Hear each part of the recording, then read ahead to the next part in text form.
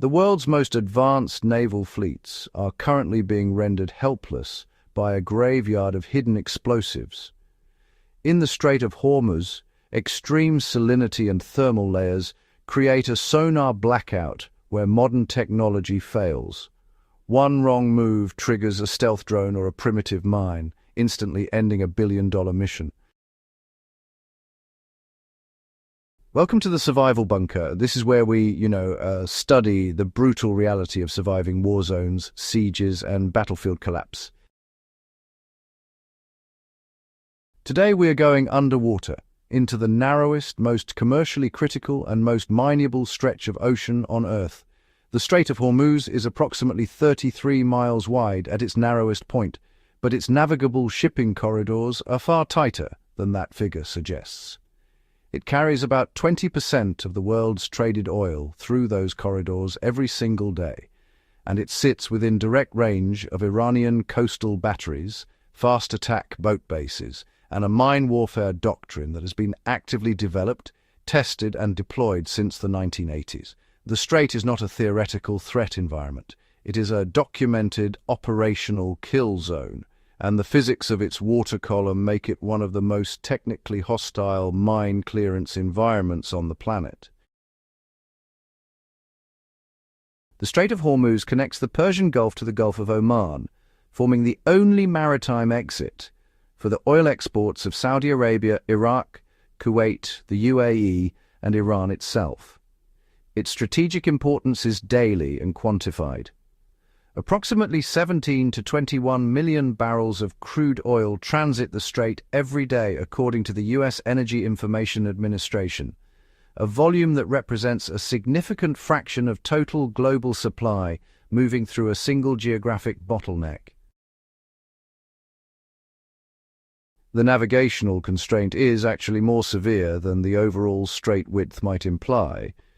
The International Maritime Organization, you see, designates two primary shipping lanes within the strait, each about 2 miles wide, running in opposite directions. Inbound and outbound tanker traffic is channeled into these lanes by international convention, port approach requirements, and, the physical geography of the coastlines on both sides. A tanker captain does not have the option to simply navigate outside the designated corridors. The combination of shallow water, rocky coastal approaches, and traffic density makes the lane designations really functionally mandatory. This predictability is, honestly, the foundation of the mine threat. A mine-laying operation targeting the strait's shipping lanes does not need precision placement. It just needs sufficient density within a predictable corridor to make avoidance statistically improbable for vessels that frankly cannot deviate from their route. The sea floor depth, reinforces the threat. The Persian Gulf averages about 35 meters in depth, with the strait's shipping channels running between 60 and 100 meters. These are, by naval standards, rather shallow waters. A moored contact mine, that's a sphere of explosive tethered by a cable to a weight on the sea floor, floats at a depth determined by cable length and sphere buoyancy. In 60 meters of water, a mine calibrated to ride at keel depth sits just below the waterline of a fully loaded supertanker. Its deployment really requires no sophisticated technology. It just needs a cable, a weight, and a sphere filled with explosive. The seafloor topography provides concealment that no engineering effort could replicate artificially. Rocky outcroppings, coral formations, sedimented depressions, and accumulated maritime debris create an acoustically cluttered bottom environment in which a resting mine is visually and sonically consistent with surrounding natural features. A device lying in a rocky crevice at 60 meters depth, in turbid, high salinity water with surface traffic noise overhead, presents an extremely difficult detection target. Mine hunting is fundamentally a sonar problem. Active sonar systems project sound pulses into the water column and analyze returning echoes to identify objects by their shape, density, and acoustic signature. That process depends on sound traveling in predictable paths through the water. In the Strait of Hormuz, the water column actively defeats that requirement. The Persian Gulf has among the highest seawater salinity concentrations in the world, approximately 40 to 45 parts per thousand, compared to the global ocean average of around 35 parts per thousand. This elevated salinity is the product of high evaporation rates in a semi-enclosed, shallow sea with limited freshwater inflow. High salinity increases water density and alters the speed of sound through the water column. More critically, the Gulf produces pronounced thermal layering, stratified water masses at different temperatures that create acoustic discontinuities called thermoclines.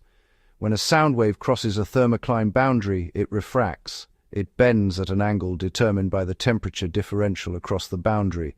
In a steeply stratified column, sound projected downward from a surface vessel can be deflected away from the bottom entirely, creating a shadow zone below the thermocline that active sonar cannot penetrate from above.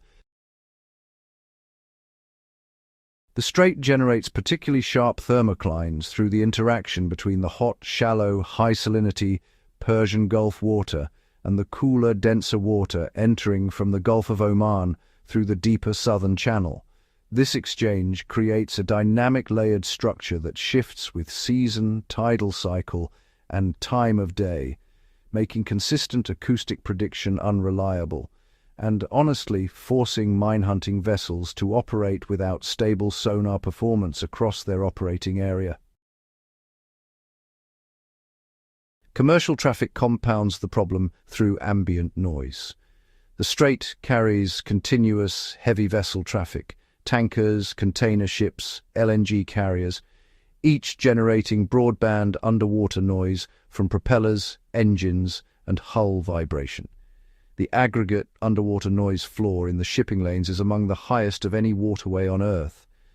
A mine-hunting sonar operator working in that environment is searching for a small, low-return target against a background of overwhelming acoustic clutter. Detection ranges contract. Classification confidence degrades. The probability of a mine being present but undetected rises directly with ambient noise level. This environmental reality was demonstrated operationally during the 1987 to 1988 tanker war, when Iranian forces successfully deployed mines in shipping lanes patrolled by coalition naval assets equipped with contemporary sonar systems. The USS Samuel B. Roberts struck an M08 contact mine on April 14, 1988, in a corridor that had been assessed as clear. The environmental conditions that defeated detection in 1988 have not changed. The water column in the strait is the same water column. The mine threat in the Strait of Hormuz, well, it really spans a wide technological range, from devices whose design actually predates the Second World War to, autonomous systems that represent the current frontier of underwater warfare development. The M08 moored contact mine, that's the baseline. Soviet-designed, widely proliferated and requiring no electronics to function, it detonates on physical contact with a passing hull. Its simplicity is a defensive asset. It simply cannot be jammed, spoofed, or deactivated by non-contact electronic means. It must be physically located and neutralized. The M08 remains in Iranian inventory, according to military assessments from multiple Western intelligence agencies, and its operational effectiveness was confirmed by the Roberts strike. Influence mines, well, they represent a significant escalation in detection and clearance difficulty. Rather than requiring physical contact, they use sensors to detect passing vessels and detonate at a calculated optimal moment. Magnetic influence mines detect the perturbation in the Earth's magnetic field produced by a steel-hulled vessel. Acoustic influence mines use hydrophones, which are tuned to specific propeller and machinery noise signatures. Pressure mines detect the reduction in water pressure, caused by a vessel's hull displacing water above the device.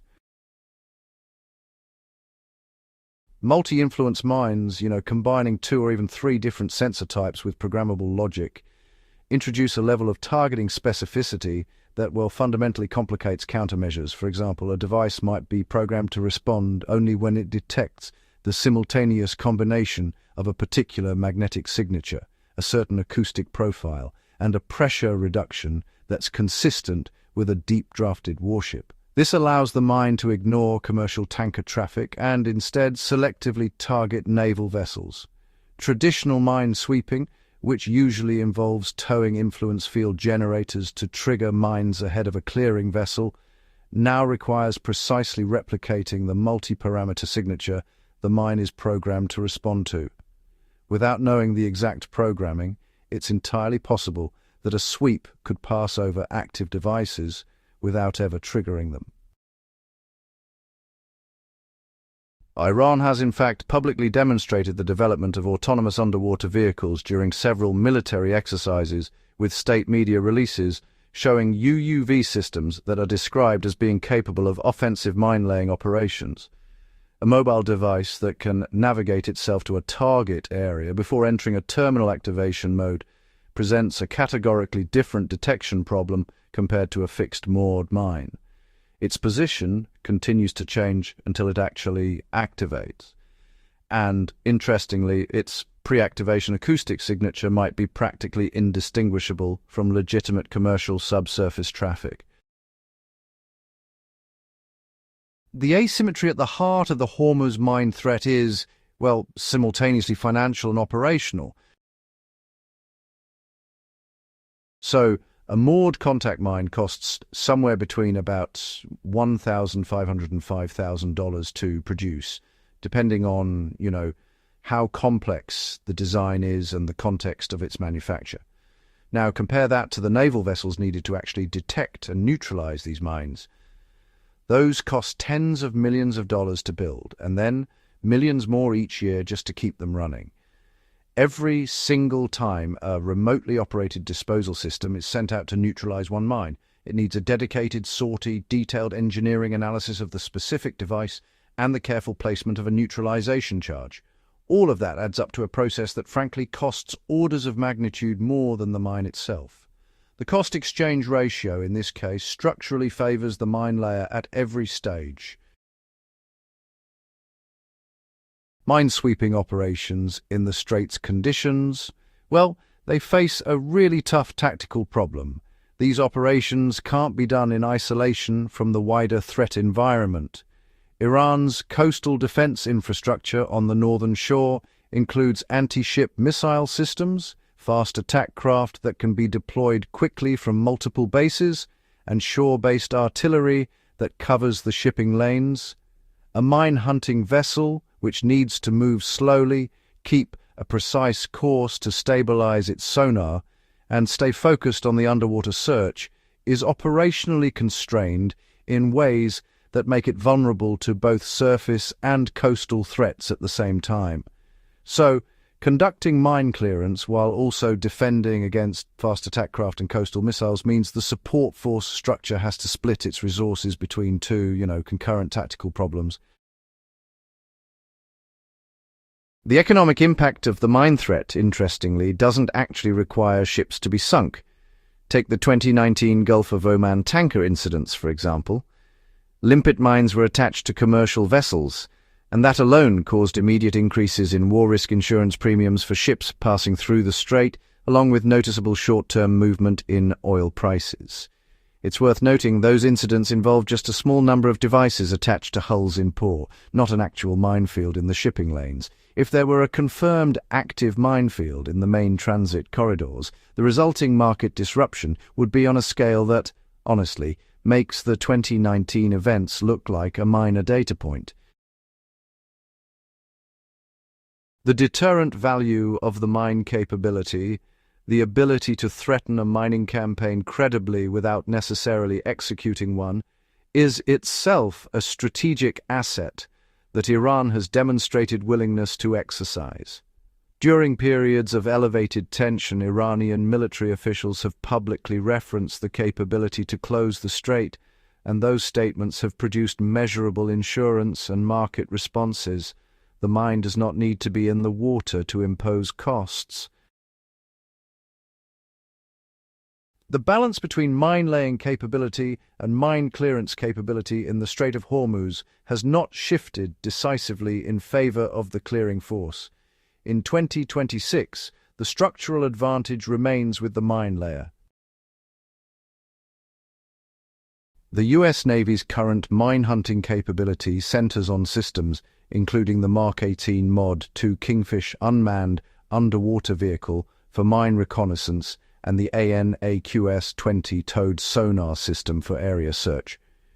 These represent genuine capability improvements over the systems that failed to detect the Roberts Mine in 1988.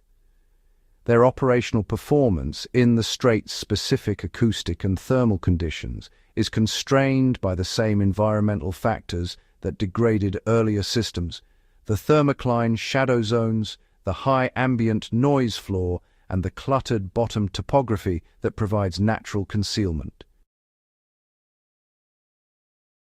The tidal currents of the strait present a specific challenge for autonomous disposal systems.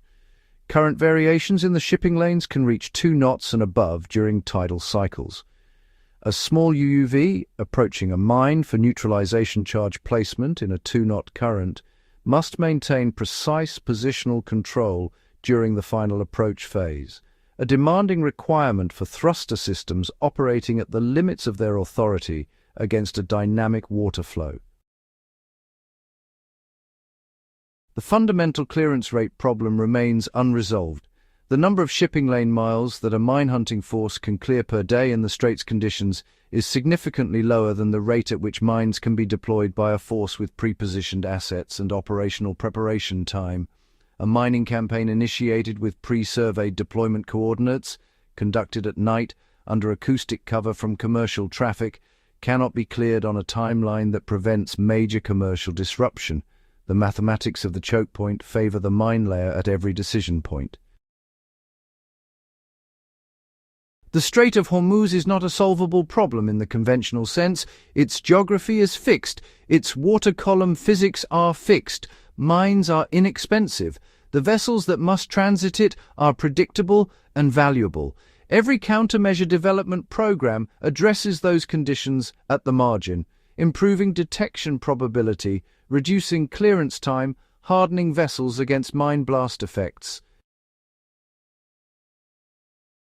The checkmate was built into the map. It was there before the first mine was ever deployed in those waters. The Strait of Hormuz does not require a sophisticated military to be dangerous. It requires geography, physics, and, well, an adversary who understands both. The water column hides the mines. The shipping lanes remove the option to navigate around them. The cost asymmetry means that clearing is always more expensive than laying. A warship and a tethered sphere of explosive are not matched opponents in open ocean. In this specific piece of water, with these specific physical conditions, they are. The strait makes them so. If this briefing changed how you think about modern naval warfare and the environments that neutralize technological advantage, subscribe to the Survival Bunker and share this video. Every share puts this research in front of someone who takes real-world military history seriously. Hit the notification bell and we will see you at the next briefing.